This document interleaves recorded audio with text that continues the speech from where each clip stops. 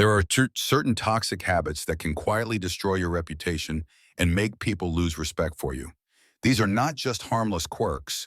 They are behaviors that over time erode trust, damage relationships, and make it harder to build meaningful connections. You might be thinking, come on, everyone has bad habits, and you're right. But the ones we are going to talk about today are especially harmful because they strike at the core of how we relate to other people. These habits can turn a strong friendship or a promising professional relationship into a source of conflict or distance almost overnight. To make this topic more relatable, I'll be sharing some personal experiences, moments when I made these mistakes myself.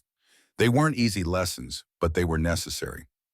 These stories may be a little raw, but I believe that honesty is essential for growth.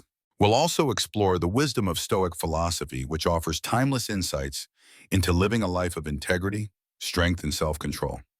Stoicism is not just about enduring life's hardships. It is about becoming better, calmer, and more grounded. So grab a cup of coffee, get comfortable, and let's dive into the first habit. Habit number one, gossiping. Let's talk honestly about gossiping. It's one of those habits that almost everyone engages in at some point, but few are willing to admit. I used to be a serious gossip. It took several painful experiences to finally understand how damaging that habit really was. Back in college, gossiping felt like a daily routine. My friends and I would sit around for hours dissecting every detail of other people's lives. At first, it felt harmless. It even brought a sense of connection, like we were sharing secrets that made us feel important. But the truth is, gossip destroys trust. It creates division, breeds insecurity, and weakens the bond between people. I remember one situation that still weighs heavily on me. There was a girl in our group, we'll call her Emily. She was introverted, a little quirky, and didn't always fit in. One day I found out she had a crush on a guy who was considered way out of her league. Instead of respecting her privacy, I shared the information with others.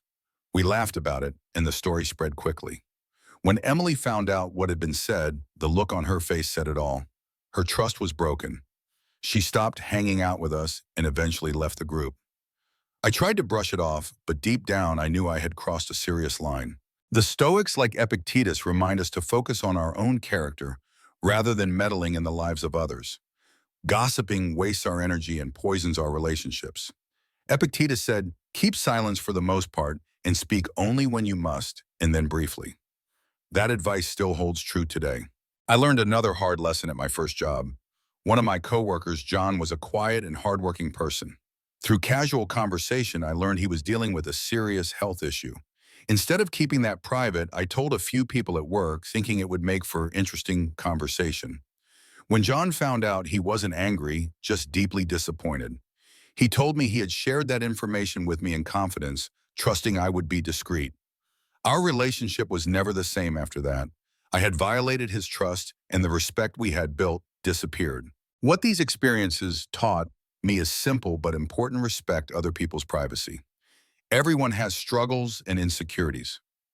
When you turn someone's personal life into entertainment, you reveal more about your own lack of integrity than anything about them. The Stoics emphasize meaningful, constructive dialogue. Instead of gossiping, try engaging in conversations that uplift and inspire. Build others up rather than tearing them down. And always remember, if someone is gossiping to you, there's a good chance they're also gossiping about you. Habit number two, being unreliable. Let's talk about being unreliable. This habit hits close to home for many people. It's one of those behaviors that can slowly but surely erode the respect others have for you. Reliability is the foundation of every strong relationship, whether personal or professional. If people can't count on you, they will stop trusting you, and once trust is gone, respect often goes with it.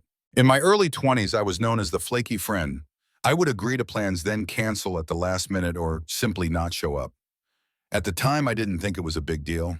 Life gets busy, right? But one particular incident made me realize just how damaging this habit was. A close friend of mine, Sarah, was throwing a birthday party. She had spent weeks planning every detail and was genuinely excited to celebrate with her closest friends. I told her I'd be there, but on the day of the party, I got caught up in something else and decided not to go. I didn't even bother to tell her until hours after the event had already started. When I finally called, I could hear the disappointment in her voice. She didn't say much, but I knew I had let her down. Our friendship was never the same after that. She stopped inviting me to gatherings and we slowly drifted apart. Being unreliable tells people that your word doesn't mean much. When you say you're going to do something, follow through. When you promise to be somewhere, show up. Reliability isn't just about keeping appointments.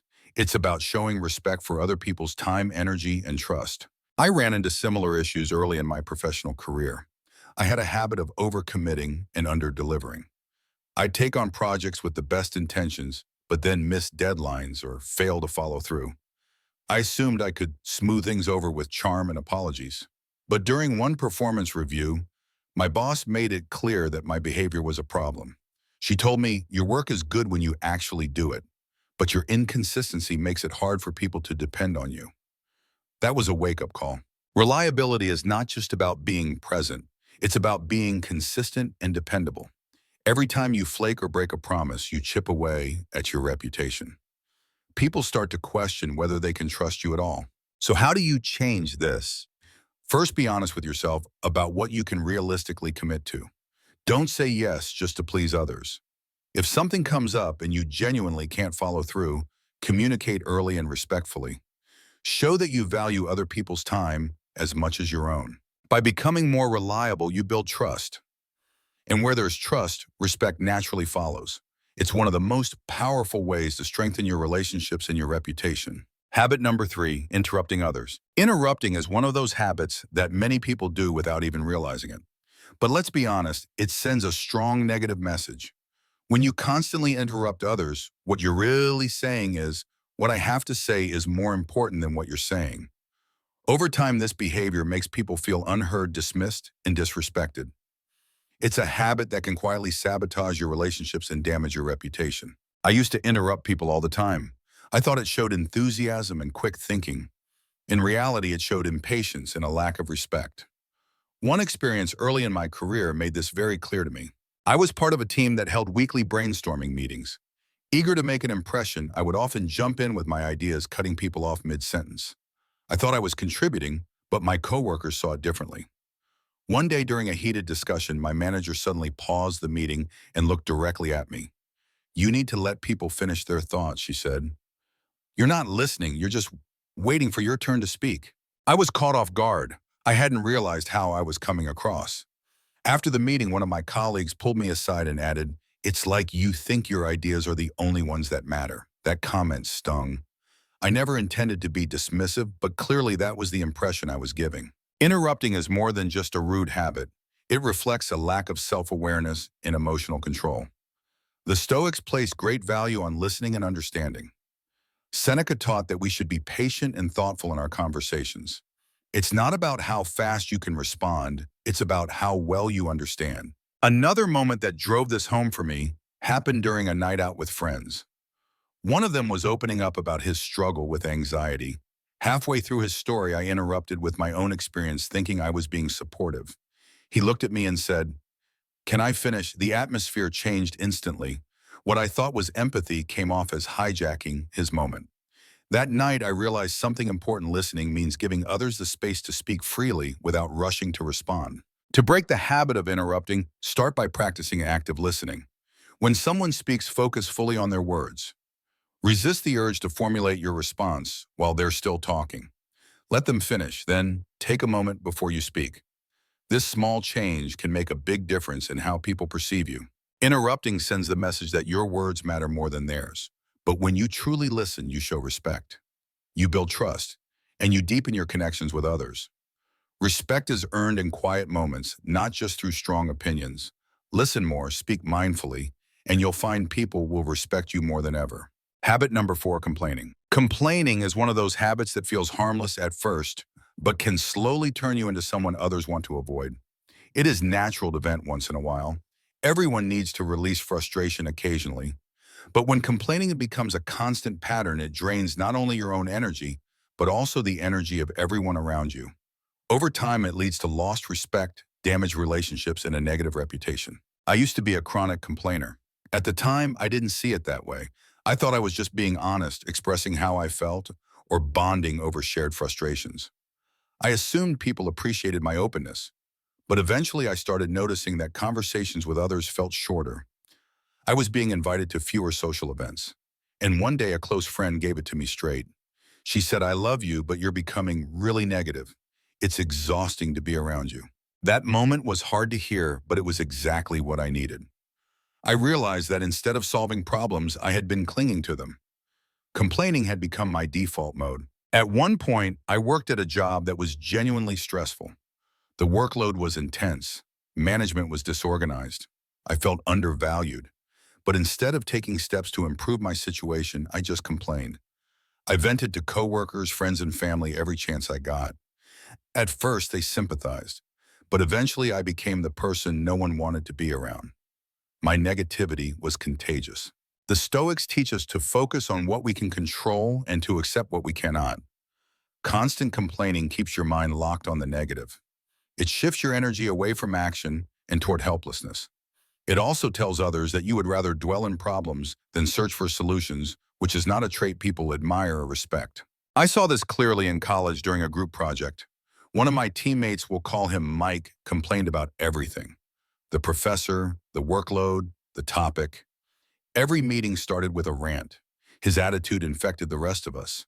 Soon morale dropped, and we all just wanted to get the project over with. Mike's constant negativity didn't help us fix anything. It just made the entire experience miserable. Seeing this from the outside helped me look inward. I started focusing on gratitude and solution-oriented thinking. When something bothered me at work, I identified what I could improve.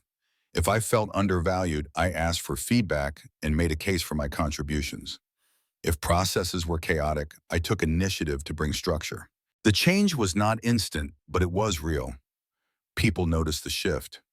My relationships improved. I earned back the respect I had lost. Complaining may feel like a release, but it creates distance. Replacing it with gratitude action and self-awareness brings people closer and builds real strength. If you want to earn and maintain the respect of others, you need to take a hard look at the habits that quietly chip away at your reputation. The 4 habits discussed: gossiping, being unreliable, interrupting others, and constant complaining might seem minor in the moment, but over time they send a clear message about your character. To apply this wisdom to your life right now, start by practicing self-awareness. Before speaking about someone else, ask yourself if what you are sharing is kind, necessary, or respectful. Gossip might feel harmless, but it erodes trust and makes people question what you say about them when they are not around. Next, examine your reliability. Are you showing up for others, or are you making empty promises? Respect grows when people know they can count on you. Then work on being fully present in conversations. Interrupting may feel like excitement, but it sends the message that you think your voice matters more than theirs. Instead, listen actively and respond thoughtfully. Finally, curb the habit of complaining. Venting is one thing, but constant negativity repels people. Shift your mindset by focusing on what you can control and taking small actions to improve your situation. Practicing gratitude, patience, and self-control not only elevates how others see you, but transforms your own sense of peace. These changes do not require perfection, just a daily commitment to do better. In the words of the Stoics, strength lies not in what we say, but in how we live. If you can start catching yourself when you slip into these toxic behaviors and replace them with conscious, respectful actions, you will naturally attract deeper trust, stronger relationships, and the kind of quiet confidence that earns lasting respect. Start today, one choice at a time.